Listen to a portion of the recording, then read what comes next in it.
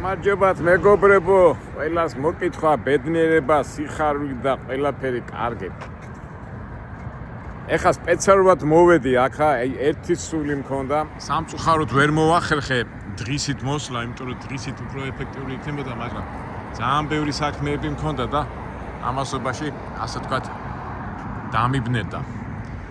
პირდაპირ ოკეანის პირასა ვარ, მანჰეტენსა და ბრუკლინს შორის. და მინდა ჩემი სათქმელი თქვა, რომელიც გულის ტკივილით მინდა თქვა, ასე თქვა ჩვენი ასეთი ორთვიანი მოგზაურობიდან გამომდინარე, ჩვენი დამასრულებელი ვიდეო გადავიღოთ და როგორც ხდება, ამერიკიდან რომ მოვდივარ ხოლმე, სულ ოკეანის პირას მოვდივარ და რაღაცნაირად სიმბოლოს ნიშნავს რა. და აი მოდი ახლა როგორ გამომივა, ახლა ამას ყველაფერს გეტყვით. ჩემი წინა ნალაპარაკები თუ გახსოვთ, ერთი ოკეანის წირო ვდგავარ და ოკეანეს ვადარებ მარადისობას, რომელიც იწყება, დასაწყისიც არა აქვს, დასასრულიც არა აქვს. და მე თუ გახსოვთ, ადრე გითხარით, ასეთი ფილოსოფოსი იყო და არის, შოპენგაუერი, მაგას ასეთი თეორია აქვს, რომ როცა მიდის სიცოცხლეზე საუბარი, ის ამბობს, რომ რა არის ადამიანის ცხოვრება. და მოკლედ ვიტყვი თეორიას, ამბობს, რომ ადამიანის ცხოვრება გავსო უსასრულობასო. ესე იგი, უსასრულობიდან მოდის, რაღაცა მონაკვეთს გადის და მე ისე უსასრულობაში მიდის. ჩვენ რას ვიძახით მაგას? ჩვენ მაგას ვეძახით ტირეს, არა, ტირეს. ეკლესია და სარწმუნოება იძახის, რომ ჩვენ ამ სამყაროს მდგმურები ვართ. ვირბენთ, გავაკეთებთ რაღაცებს, იქით-აქით არ ვივართ, ვაკეთებთ და ერთ დღესაც თავდება ეს ყველაფერი და მიდიხარ. 64-ში, ჯოჯოხეთში თუ ასე შემდეგ. ძალიან ბევრი თეორიებია, ამაზე ახლა აღარ ჩავწდები. მაგრამ ამ სამყაროს მდგმური ხარ. ბევრჯერ გვილაპარაკია. ორი გზა არის, ხო? ეს სამყარო თვითონ შეიქმნა, ან უფალმა შექმნა. მესამე ვარიანტი არ არის. ამაზე მიდის დღემდე დავა. ჩვენ რასაც ვიძახით, ზოგი ათეისტია, ზოგი მორწმუნეა, მესამე ვარიანტი არ არსებობს, ხო? ათეისტებიც იძახიან, რომ ეს ცხოვრების ტირე უნდა გაიარო ღირსეულად. და მორწმუნეებიც იძახიან, ეს ცხოვრებაც უნდა გაიარო ღირსეულად, რომ მომავალ ცხოვრებაში განაგრძო შენი დამსახურებიდან გამომდინარე ამ ცხოვრებაში მიღებული უпроსორეთ გადადგმული ნაბიჯები შეცდომებით არ იყოს სავსე და განაგრძო. როგორც ვიცით, ისევ მეუბნები ორი გზა გვაქვს. ათეისტებს იძახიან, გავილი ამ ცხოვრებას, ერესო დამთავრდება. მორწმუნეებს ჯერა რომ იქით წერდება, რავი, მესამე არსებობს, გონი მესამე არ არსებობს. გონი კი არა მასი. მაგრამ ორივე ვარიანტში ადამიანები ცდილობთ, რომ ეს ტირე და ეს ჩვენი მდგმურობა კარგად და ღირსეულად გავიაროთ. რა თქმა უნდა, როცა ახალგაზრდა ხარ, მაგაზე არ ფიქრობ, როცა გადაცილდები უკვე ასაკში რომ შედიხარ და უკვე უახლოვდები შენი ცხოვრების ტირეს, ანუ მდგმურობის პერიოდს, მერე უფრო გიმძაფრდება ამაზე ფიქრი, რატომ მოხვედი, რა გინდა, რა უნდა გააკეთო, ისკენ უნდა მიისწრაფოდე და უბრალოდ შეცდომა არ დაუშვა. თავიდან თუ ახალგაზრდობაში ამ შეცდომებზე არ ფიქრობ, უკვე ასაკში რომ შედიხარ, გინდა არ გინდა, ამაზე იფიქრებ. მაგრამ იგივე ორივე ვარიანტში გინდა თუ არ გინდა, ადამიანები ფიქრობთ, როგორ გავნე ეცხოვრება, ბედნიერად გავნე, კარგად გავნე, მაგრამ თავარია, რომ ნებისმიერ ვარიანტში ნებისმიერი ადამიანი ცდილობს, რომ იყოს ბედნიერი, მოკლედ ვიტყვი ცხოვრებაში. ეხლა გუშინ გავიარე, მე მიყვარს ხოლმე გავლა-გამოვლა, მაინც ახლა ნიუ-იორკში ბიჭები ვნახე, ის ვნახე და ასეთი საუბარი წავიდა რა. აი, ხო, მუშაობ, ეს გავაკეთე. ვინც არიან ამერიკაში 25 წელი მუშაობ და ეხა წავა საქართველოში და მე რა იტყვის და გადავხედავ ჩემ ცხოვრებასო და რისთვის მუშაობდი, რას ვაკეთებდი. კი ვიყიდე ბინა, ვიყიდე რაღაცა, მაგრამ აი როგორი სევდა იგზნობოდა და რის გულისთვისო ხვალზეგო უნდა წავიდი ამ ქვეყნიდანო და შენ რას მეტყვიო მე უთხარი და ეხლა როგორია ადამიანი მთელი ცხოვრება თან მორწმუნე არ არის აი თან როგორ იცი მატერიალისტი ტიპია და ნუ ისე მოხდა რომ მთელი ცხოვრება ახალგაზრდობიდან წამოვიდა აქა და იქ რაღაცა ვერ აწყო ის დააწყო რაღაცა და თავის ცხოვრებას რო გადახედა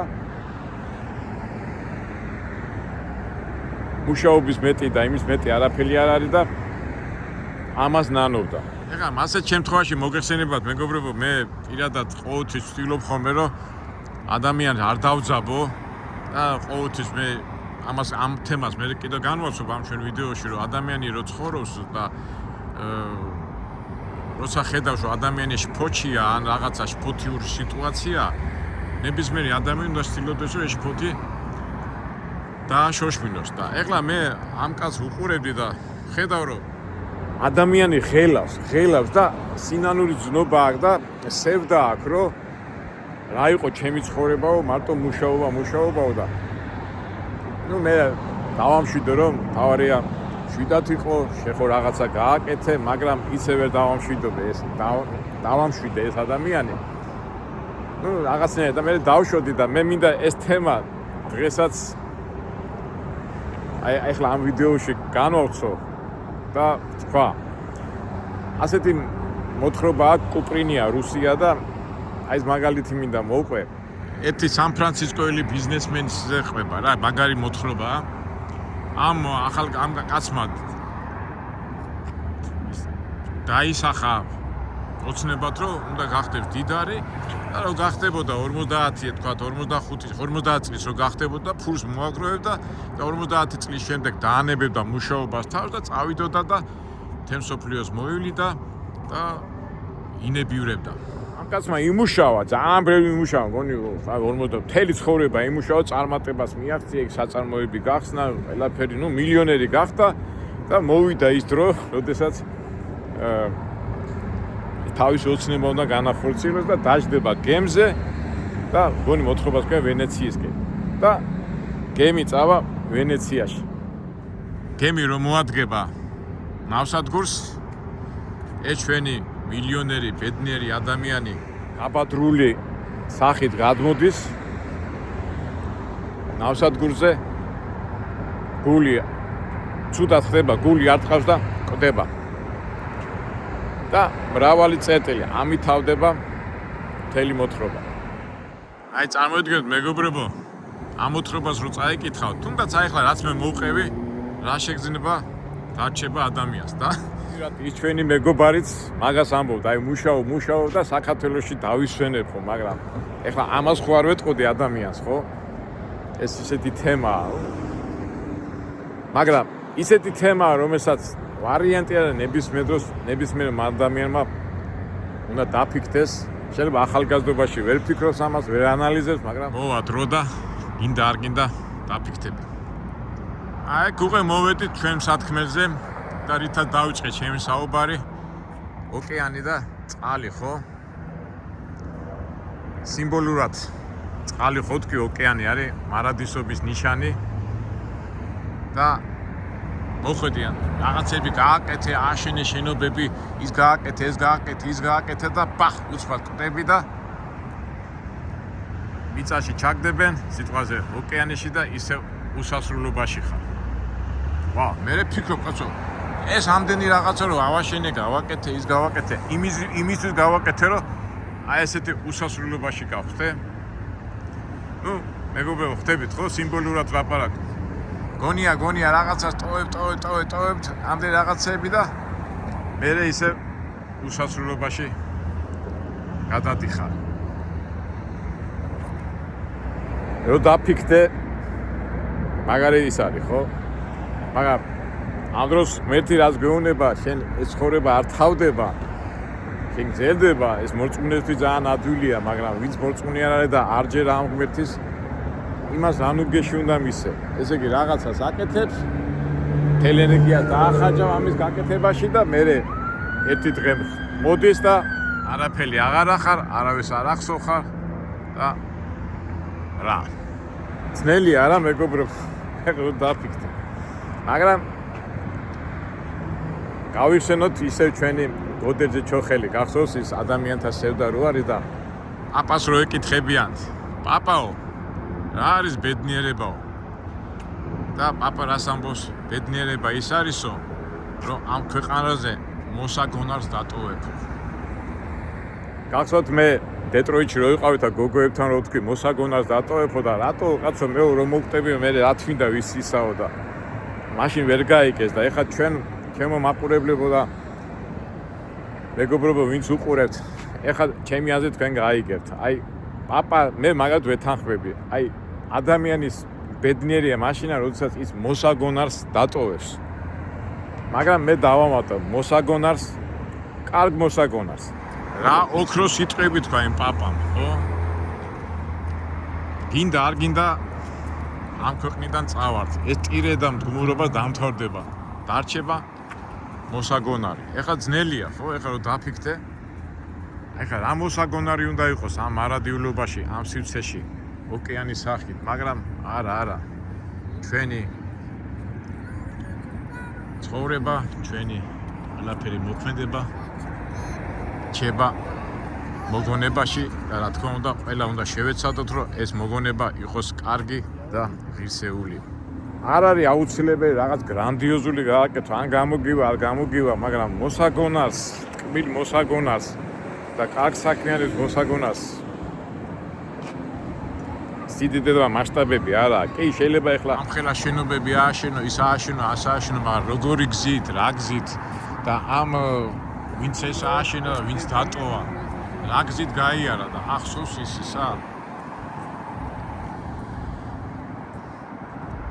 ადამიანებს ახსოვთ ის ადამიანი და მისი დანატოვარი ეხლა ზოგი მეტყვის კაცო მატერიალურ დანატოვარზე ლაპარაკობ სულიერ დანატოვარზეო რა თქმა უნდა მატერიალური ცუდი არ არის მაგრამ იმ მატერიალურს ადამიანები იმხელა ენერგიას იმხელა უფრო დავამატებ უარყოფით ენერგიას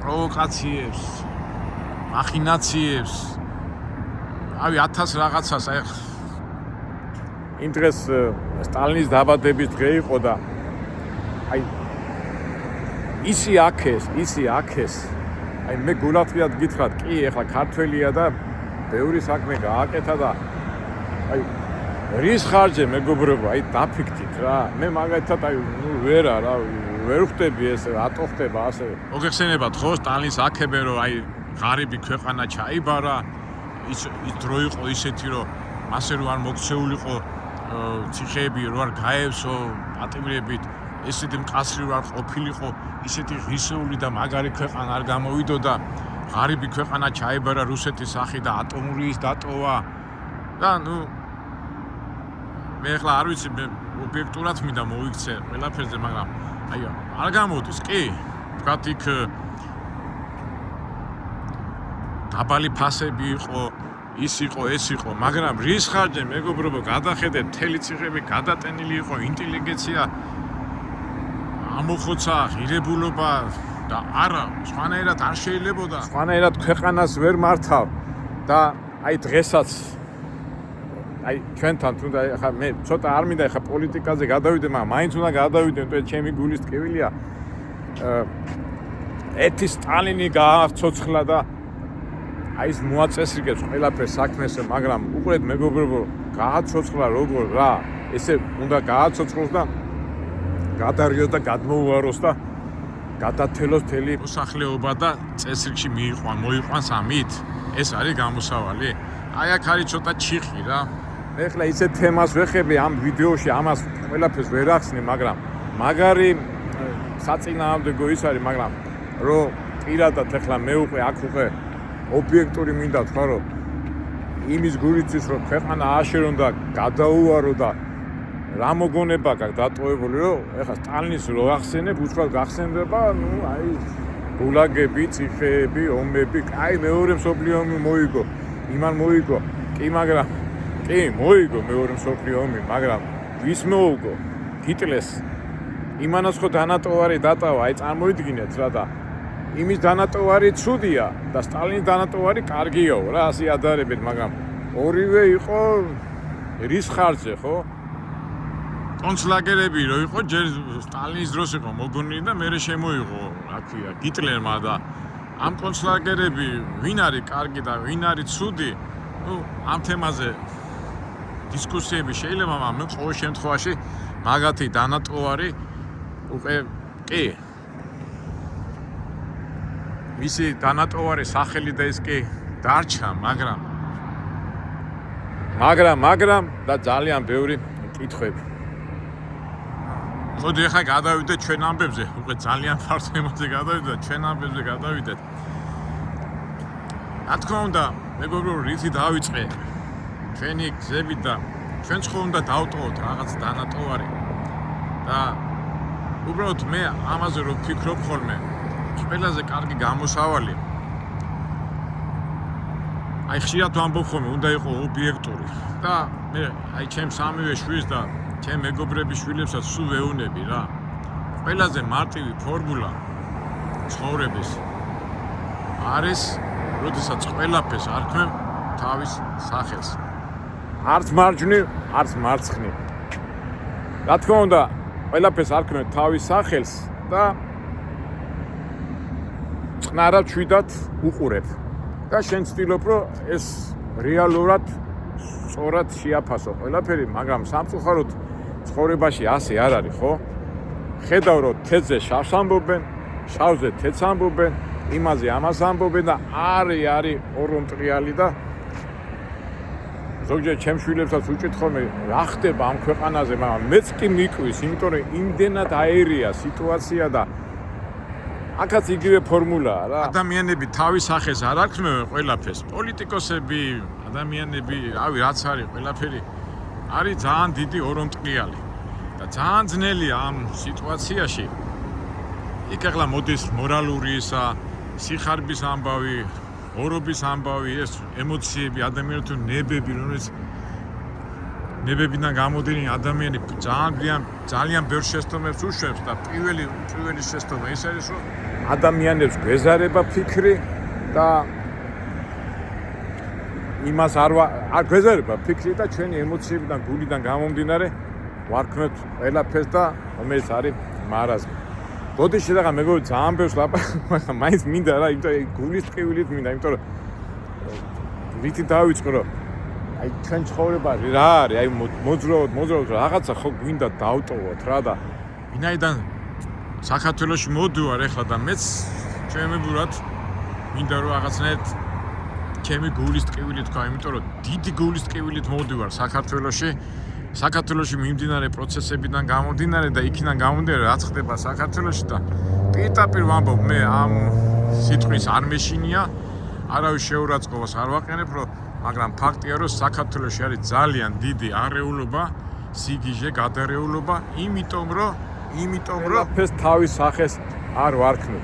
ეხლა მე რამდენიმე მაგალითს ვიტყვი და მე მივარ ძირითად სათქმეზე, რაც არის ჩვენი ეს არაბიზაცია. აი მაგისკენ მიმყავს სიტყვა, ეს საყვენა, ჯერ მოდი რაღაცას ვიტყვი, როგორც ვამბობ. არაბიზაცია, რომელიც ზოგი ქილიკათი ძახის, არაბიზაცია, რის არაბიზაცია და ჩვენ რო ყველაფერს ვამბობთ, არა, ბოდიშით მეგობრებო, ამომივარდა, მოდი ჯერ ვიტყვი, რა ტყუილები ხდება და არაბიზაციასაც რო უნდა შველა, ეს ფაქტია. ისევ გუშინდელი ამბავი უნდა გავიხსენო ლაპარაკში ერთ-ერთი თემა. ეხლა მოგეხსენებათ უკრაინა-რუსეთის ამბავი როგორ არის და საერთოდ წეღანავს თქვი, რომ მე ყოველთვის ვცდილობ, რომ შფოთი რო არის, არ მინდა რა, არის ადამიანს არ ესმის, ერთხელ ეთქვი ორჯერ და მე აქეთ გაწვება და აი გუშინ ასეთი თემა იყო, რომ ჯეს ადახარ უკრაინა რუსეთს დედას უტირებს, რუსეთს უწე ყველაფერი დედა აქვს ნატირები, არაფერი არ აქვს, ატომურ ბომბს არ იცვლის და რუსეთს ბოლო ჯარისკაც გამოყავს და რუსეთი მოიგებს.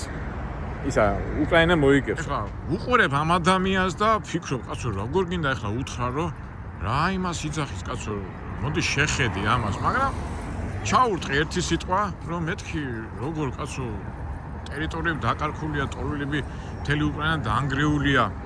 არა, შენ რა იცი? შენ ინფორმაციას არ გებულობ. ამერიკა კიდო დაეხმარება, ამ დროს ამერიკამ დატოვა და ნუ მე მივხვდი, რომ და ართმოვდა და აეხლაო თურქეთის დაეხმარებაო და რუსეთს გადაულისო და მე ვნახოთ რომ ვინ-ვინაო და მე უკრაინას მიხედავსო. ეხლა მე ვხედავ რომ ჩემის არ ვიცი, მაგრამ უკან დამოვიხიე, ნუ. აქაც როგორი სიტუაცია, ხო? თავის სახეს არ აქმნებს თავის სახეს. ეხლა მე რომ დამეწყობ მტკიცებულებების თქმებას, მე საერთოდ ვიძახი უკვე მტკიცებულობა არა, დამეწყობ მე გამართლება და ჩემი აზრი გავცობა. უკვე ადამიანი ღიზიანდებოდა და შეიძლება გავჩერდი, იმიტომ რომ აზრი აქვს, იმიტომ რომ ის უკვე ღიზიანდება და ჩემთვის ეხლა შფოთი გამაჩერება, როცა ხედავ რომ ადამიანში ფოთშია, ჯობია დაამშვიდე და დაწყნადე და მე ეს გავჩერდი და დავწყნადი და უბრალოდ ხმარა მოვიღე, ნელა მშვიდად დავშვიდით ერთმანეთს ასე თუ ისე. ეს ერთი მაგალითი. ახლა კიდო რელიგიურ თემაზე ახლა მე მაგ ასე თუ ისე პრეტენზია და ჩამოვარდა ლაპარაკი დოროთე რო არის ის ანტიმადრიდ ხო მოხსნეს. ნუ დელია ხო გასაგებია და ჯო ახლა მიდის ხო კამათი რომ დოროთე მაგარია, მე ახლა მაგალითად ჩემი პირადი აზრია და მე ვცდილობ რომ ყველაფერს დავარხოთ, ყველაფერს თავისაკენი. ეს ადამიანი იმის მაგალითად რომ სულიერ და იმებზე იზრუნოს, უფრო პოლიტიკურ განცხადებებს აცხადებს. შეიძლება მე ვცდები, მაგრამ მე პირადად ვამაყობ, მე მგონი არ ვცდები, იმიტომ მე ყველაფერს თავის საქმეს თავის სახეს ვარქმევ. და ეხლა რატო? ვეუბნები. დოროთია მღვდელი, რომელმაც თქვა, რომ მე 25 წელი მღვდელი ვარ და არ ვილოცია. იგივე სუფრაზე დაიწყეს გამართლება, დოროთემ ეს ახსნაო და რატო არ უსმენო, ნუ? დოროთემ როგორ თქვა, რომ მე ჩემი თავის არ ლოცულობო, მაგრამ პირველი რეაქცია რომ მღვდელი ხარ და არ ლოცულობ, აი ხა რა არის? მაშინ მეც ვიტყვი რომ მე შენ მოკლა და კაცი შეშინება, მე ვეტყვი, იცი მე ავხსნით, მე მოკლა, იმიტომ შეგაშინე, მაგრამ მე თუ მართლა გესვრი, აი რაღაც მარაზმია, ნუ კაი. გავიდა დრო და იგივე ეს დოროთე ყურაშვილი იძახის რომ ეს დროება რო ჩამოაშორეს, მე ისედაც მეზარებოდაო, ბავშვის ნათლობაო და სულაც ამჭირდება მაგიო. ამაზე რა სიტყვი მეთქი და არა კოცო, რატო თუ ეზარებოდა ეს ადამიანიაო და ისო თვითონაც ხო ინათლებაო, ხო? რა მარაზმია. იგივე დოროთე იძახის რომ სახლის კურთხევები და ესენიც არ მიყვარსო და ეხლა ისმის კითხვა რა. შენ თუ ქვია მღვდელი, მღვდელის ვარდებულება რა არის? მონათლო, ილოცო, აკუთხო და ის ტექნიკური პროცესები გააკეთო. არაო, ეს არ არის ხომ მღვდელის, ეს თვითონ უნდა გააკეთოსო ადამიანმა. ესე იგი, ვაფშე შეცვალა ყველაფერი და ეხლა კიდე ეს დოროთე იძახის რომ მე მაინც მღვდელი ვარ, მე კი მომხსნესო, მაგრამ მე მაინც მღვდელი ვარ, ბიჭო. შენ თუ მღვდლად გაკუთხა იმ სინოდმა თუ რა ქვია იმ წესმა ხო? ეხლა რატო არ ვაყო? ხო ხდებით, აი რისკე მიმყავს საუბარი რომ რამხელა მარაზმია, ხო? ესე იგი, თეთრზე გეუნებიან შავი, შავზე გეუნია თეთრი და ეხლა ახალგაზრდა ადამიანი, რომელიც ეხლა იწყებს ცხოვრებას და უსმენს დოროთე ყურაშვილს, პოლიტიკოს დოროთე ყურაშვილს. აი რა უნდა იყოს, ხო? ესე არ იქცევა სწორად. შენ ეს გulis ასე დავარხოთ ყველაფერს თავის სახელი. ეს არის ჩვეულებრივი პოლიტიკოსი პოლიტიკური განცხადებით. ან ეს თემა ზოგიერთი მღვდლები იძახიან, რომ ევროკავშირი და ევროკავშირის პროგრამა არის ჩვენი გადამჩენელი და ჩვენ მაგაზე უნდა ვილოცოთ. წარმოიდგინეთ ევროკავშირის პროგრამა, რომელიც იძახის, რომ ექსკესიანდა და ყველა ქვეყანაში უნდა გავრცელდეს ეს და ევროკავშირში როდესაც თავიდან იყო 5 ქვეყანა და 5 ქვეყანაში იყო ეს მიღებული წესი 27 ქვეყანა, ხო, ერთი 23-მდე მიაღებინეს. საბერძნეთს მიაღებინეს და მღვდელი, რომელიც ღირებულებებზე უნდა იფიქროს, ამას გეუბნება, რომ ევროკავშირი და ევრო არის ჩვენი ხაზი. ეხლა გადავიდეთ ჩვენ პოლიტიკაზე.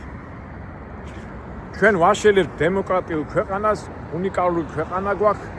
ჩვენ ეკონომია წვიმით, ჩვენი მინისტრები არიან უნაკლო და გებულობ, რომ უშიშროების მინისტრი მეკთამია, 7 პრემიერ-მინისტრიდან 7-ვე წავიდა ისე რომ ყველამ ფული მოიპარა. ის გააკეთა, ეს მოიპარა და თან გეუბნებიან რომ ჩვენ ვაშენებთ უნიკალურ ძალიან მაგარ ქვეყანას და ჩვენთან პრემიერ-მინისტრები ფულს იპარავენ და არავინ არაფერს არ ათხოვს. ჩვეულებრივ მილიონი, 7 მილიონი, 6 მილიონი ვითომც არაფერი რა არის ეს. მაგრამ ჩვენ ისეთი თავრობა გვყავს, რომ ყველაფერში მართალია. დავარქვა თავის სახელი, რა არის ეს მართალია? სიმართლეა თუ ტყუილია? და წამედგინე ახლა რა უნდა ქნას უბრალოდ ადამიანმა, უბრალოდ ახალგაზრდა ადამიანი, რომელიც იწყებს ცხოვრებას. წარმოიდგინეთ, ახლა ახალგაზრდა ამთავრებს ინსტიტუტს იმის იმედით, რომ პროფესია შეიძენს, განვითარდება, ცოდნას მიიღებს და ეტაპობრივად მიაღწევს რაღაც წარმატებას კარიერაში, სახელი და ასე შემდეგ. ამ დროს ხედავს, რომ ეს შენი სწავლა, ეს წვალება, ღამეების გათევება სულაც არ არის საჭირო. საკმარისია ვიღაცა ბიძა ნახო, ვიღაცა ის ნახო და კაი თანამდებობასაც ეპოვი და სულაც კიდევა და რა არის ეს ამე? არ არის ასე. ეს ხდება ჩვენთან საქართველოში, ხო? ჩვენთან ხო კორუფცია არ არის? აი ხლა ჩვენ ვიმყოფებით ამერიკაში რა. და ნახეთ, აი მანქანებია 1000-ნაირი და ყველანაირი რა. ნახეთ. ნუ ამერიკა მაგარი ხელფასია. რეალურია რა, შეძლებს დარვა და კრედიტი თუ იმით. ამას ყველაფერს ახერხებს. რო იყიდო. ჩადიხარ თბილისში და მე თბილისში ისეთ მანქანებს ნახულობ, რომ ამერიკაში არ მაქვს ნანახი. ისმის კითხვა საიდან? როგორ? პარადოქსი არ არის? ესე იგი რაღაცა არ არის, ხო? გამორიცხულია. შენ 500, 600, 700, 1000 ლარი გაქვს ხელფასი და ასეთ უძურეს და აი ახლა ხო გაიხსნა პორშეს ცენტრი და ზეიმით აღნიშნეს პორშეს ცენტრი, ჩვენ რამ დიდრები ვარ. აი რამღელა მარაზმია, მეგობრებო, აი გიждები რა, პორშე რომელიც ის 9 მილიონი აქვია იმას დოლარი და ქართველებს ამის ყიდვის საშუალება აქვთ, იმიტომ რომ ქართული ეკონომიკა წინ მიდის. მაჩვენებლები წინ მიდის. სიმართლეა, მეგობრებო, მოდი დავარქოთ ყველაფერს თავის საქმეს, ეს სახელი. ბავშვობიდან სულ გვასწავლდნენ ისტორიას, ვაჟკაცობას, კაცობას, თამოყვარეობას და ეხლა რა ხდება? კი, მთელ მსოფლიოში ხდება ეს, მაგრამ თბილისში რომ მეჯღანუაშვილების ეპოქა, ესეც ხო ფაქტია. მეჯღანუაშვილის ადამიანებს რა გონია თითი რომ მე ადრესა მაქვს რა თქვა, ეს არის ლიტერატურული გმირი, რომელიც მარტო ფულზე ფიქრობს და ხვალინდა დღეზე არ ფიქრობს. მეჯღანუაშვილი ისაკიჩი, ისაკიჩი ფულის მეტი რა ქონდა, დამალული ქონდა და მისი შვილები გახეული კაბი და გახეული შალვი დადიოდნენ და მე ხდება კაცო, რისთვის მინდა ეს ფული? მე ხო მომოვართავობას ეს ისაკიჩი მეჯღანუაშვილი ისაკევიჩი მეჯღანუაშვილი მაგას ფიქრობს და ამაზე რო ამბობ რომ მეჯღანუაშვილობა საქართველოზე ამაზე გიждდებიან და შეურაცხყოფა და რა ვიცი შეურაცხყოფა დღებულობენ და არაფერი შეურაცხყოფა მე ჩვენ ვამბობთ იმას რაც არის. აგით მეგობრებო, ძალიან ბევრი მაგალითები მოიყვანეთ და ძალიან ბევრი მაგალითები მე მინდა ახლა ძირითად სათქმეს მივადგეთ რა.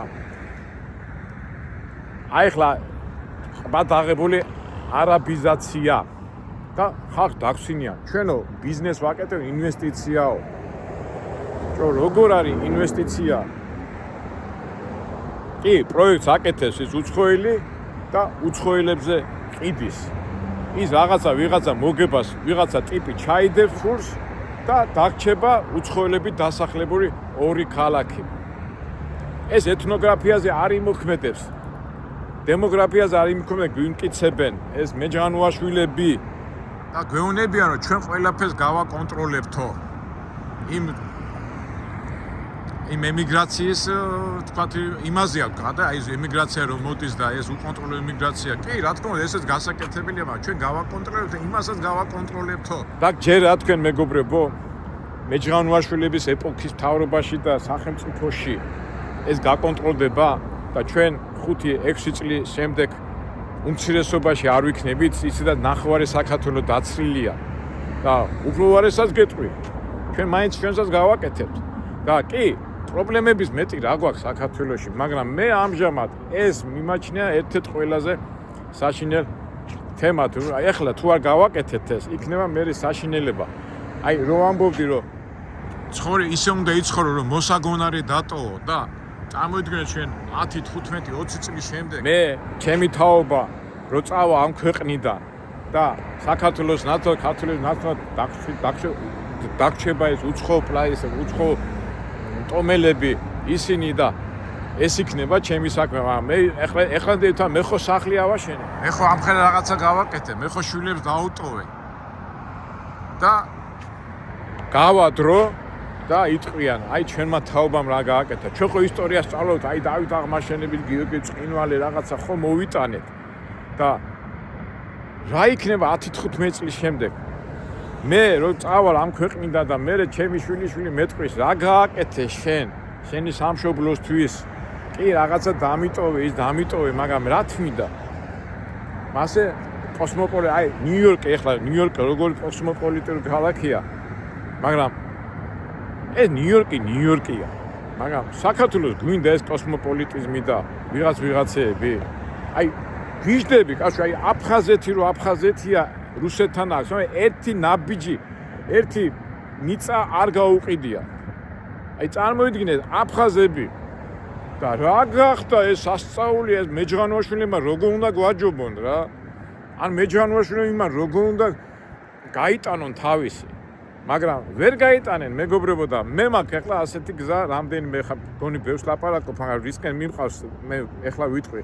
სამწუხაროდ არიან ადამიანები, აზრი არ აქვს, ამ თავრობას ვერ აბჯობებ, ამათ იმას ვერ აჯობებ, რატომაც ვერ აჯობებ და გეტყვით როგორ. ეხლა მე წიღა ადრეს თქვი, როგორ უნდა მოვაგოროთ ეს თემა. გავაკეთოთ რეფერენდუმი, სამწუხაროდ. დარწმუნებული ვარ, 3 მილიონი ხო ვარ, 2 მილიონი ნახევარს არ უნდა ეს, მაგრამ უკვე რასამა ის ნაციონალია, ეს ატიმფოა, ეს ის არის, ეს ისე იმასთან არ დავდგები, ამასთან არ დავდგები და აბა მაშინ მიდი და არჩიე და საქმე, რაც ახლა ხდება ჩვენთან. ტელევიზორი რაღაც იმან ესა თქვენ ბიჭო, მოვიდა უკვე всё, აი უკვე დაგვიდგა სასწაული თემა და აი გადამწყვეტ მომენტში ჩვენ რაზე უნდა ვიფიქროთ ვიღაც რაღაცეებზე. გასაგებია, არ მოგწონს, მაგრამ მე ვიძახი, ჩვენ პოლიტიკური პარტიები თუ ეხლა მე არც პოლიტიკურ პარტიაში არ ვარ, მაგრამ ვაიძულოთ თავრობა ჩაატაროს რეფერენდუმი. არის ლაპარაკი რომ რეფერენდუმს არავინ არ ჩაატარებს. არ ჩაატარებენ. კარგი. აი გასაგებია, მაგინა ეს გინდა არეულობა და დაგადაკა და ეს არეულობა არავის არ აწყობს და არც მე და არის, იმიტომ ეს ეტაპი ჩვენ უკვე გავიარეთ, ეს არ გვინდა. კარგი, არ ჩაატარებს თავრობა რეფერენდუმს, მაგრამ ჩემი აზრით უნდა ჩაატაროს, იმიტომ რომ თავრობა ისეთ შიხში შევიდა, წესი და რიგით უნდა მიხვდნენ, რომ ამის გაკეთება არ შეიძლება უარესია, მაგრამ თუ ვიზა შეჯდა, მოვაგროვოთ ხელწერილები, 2 მილიონი კაცი ხო მოაწერებს იმ თავისი სახელი, გვარი, რაღაცნაირად ფორმა გავაკეთოთ, ვექნება. და ის არაბი თუ უცხოელი რომ მოვა და დაიწყებს შენებლობა, ჩვენ მივა და ვეტყვით, აი 2 მილიონი ადამიანს არ უნდა ამის გაკეთება და როგორ ფიქრობთ არაბი არ დათანხმდება ჯიმაძე წამოვა ჯარზე? არ წამოვა, ეხლა არაბების მეტი და ინდუსების მეტი და რამდენს ვიცნობ ეხლა მაგას ვერ იტყვით რომ მე არა მაქვს სოფლიო მოვლილი და მით უმეტეს ადამიანებთან არაბები აიღო, ინდუსები აიღო, ვის უნდა ეხლა ომი და ჯაგაჭირა, დებილი ხო არ არის? ხო? აი ესე გავაკეთოთ ეს.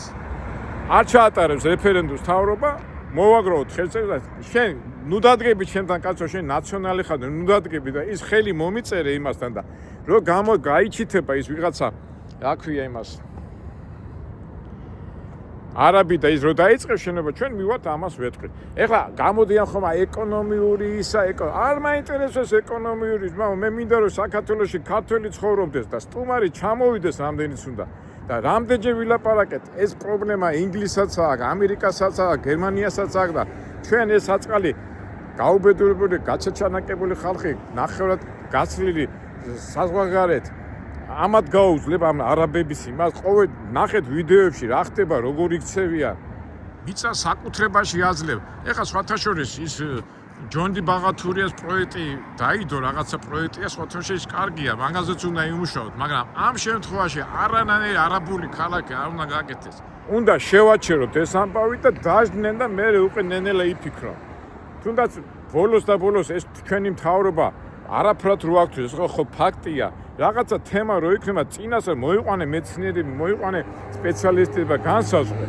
მაგრამ ნუ ეს იყო მომავლით მაგრამ ამჟამად მეგობრებო მე აი ეს უნდა გავაკეთოთ რა არ ძალადობა არ შეურაცხყოფა მოვაგროვოთ ხელმოწერები ხელი და დაოდოთ და ნებისმიერი უცხოელი ვინც არ უნდა მოვიდეს ამას რო დაინახავს დაატორმუზებს ესე იგი რა უნდა ქნას ესე იგი ეხლა მთავრობა მოვა ჯარით რომელი ჯარისკაცი რომელი პოლიციელი რომელი ძალოვანი სტრუქტურა წამოვა ხალხს აი არ ვიცი მე არ ამგონია ვიღაცა ეხლა არ ვიცი როგორ ეხლა შვილი ჩვენი შვილები არიან ჩვენი ძმები არიან და ჩვენ წინააღმდეგ წამოვლენ და ტრაქტორისტებს მისცემენ ის რომ დაიწყონ ამოჩიჩქნა და ქალაქის შენებლობა ნუ ერთ სიტყვით მეგობრებო ცოტა ავღრედი ეხლა ბოლოს როგორ ვამბობ ხოლმე რომ არ ავარდე მაგრამ მართლა ისეთი თემაა რა თემა არის საშინელი და აი მე ადრეცაო თქვი და ეხლაც მაგას ვამბობ აი საიდან სან დავიწყე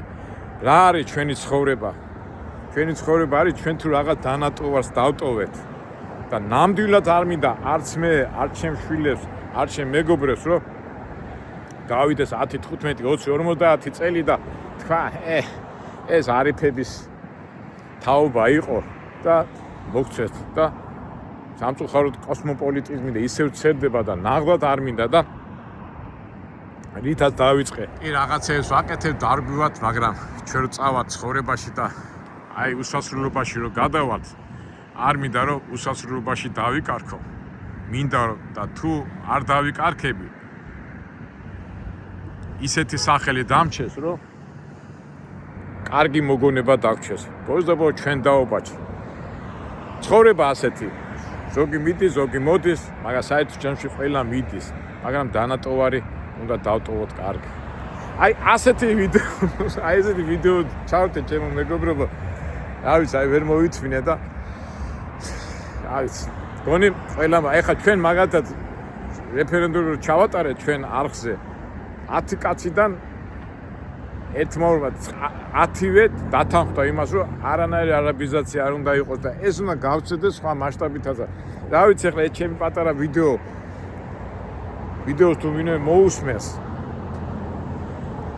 ალბათ აქ შედეგზე გავარ და უნდა გავაკეთოთ რეფერენდუმი მეც ჩამოვა თბილისში მეც რაღაცნაირად ზოგიერთ ადამიანებში რა თქმა უნდა ბევრი საქმე მაგრამ ამაზე მაგარი საქმე რასაც ქვია არანაირი არაბიზაცია კი იყვნენ სტუმრები იყვნენ მეგობრები მაგრამ ინვესტიციას უნდა ერქვას თავისი სახელი ყველაფერს უნდა ოკუპაციას უნდა ერქვას თავისი სახელი დემოგრაფიას უნდა ერქვას თავისი სახელი ვაჭრობას უნდა ერქვას თავისი სახელი და ყველაფერს უნდა ერქვას თავისი სახელი და როგორ ვამბობთ ყველაფერს დავარქვათ თავისი სახელი თეთრია შავია მაგრამ წნარად შვიდად არგუმენტებით ფაქტებით ეს უნდა გავაკეთოთ კარგი მეგობრებო მე ხა თქვენ დაგემშვიდობებით ორ დღეში ჩამოვართ თბილისში შეიძლება მიუნხენში რო შეკვირდით ვიფიქრე წავალეთ გავისეინოთ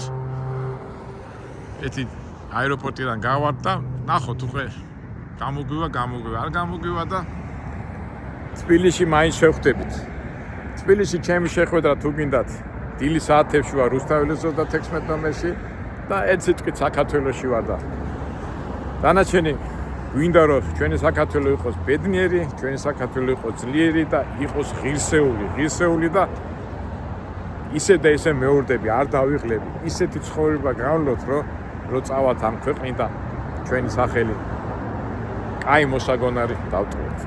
კარგით აბა გემშვიდობებით მეგობრებო. ხო, მე თბილისში ჩავა და ალბათ ერთ-ორი კვირა არ გამოჩნდები ვიდეოში და მე ვნახოთ უკვე სიტუაცია როგორ იქნება და მე მჯერა რომ ყველაფერი კარგად იქნება, იმიტომ რომ მერთიანი ჩვენთან, ჩვენ ვცდილობთ ღმერთთან ვიყოთ და ჩვენ ყველაფერს იმას ვაკეთებთ,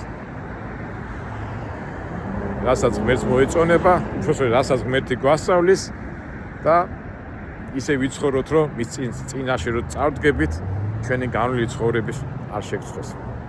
კარგად, აბა, მომავალ შეხვედრამდე.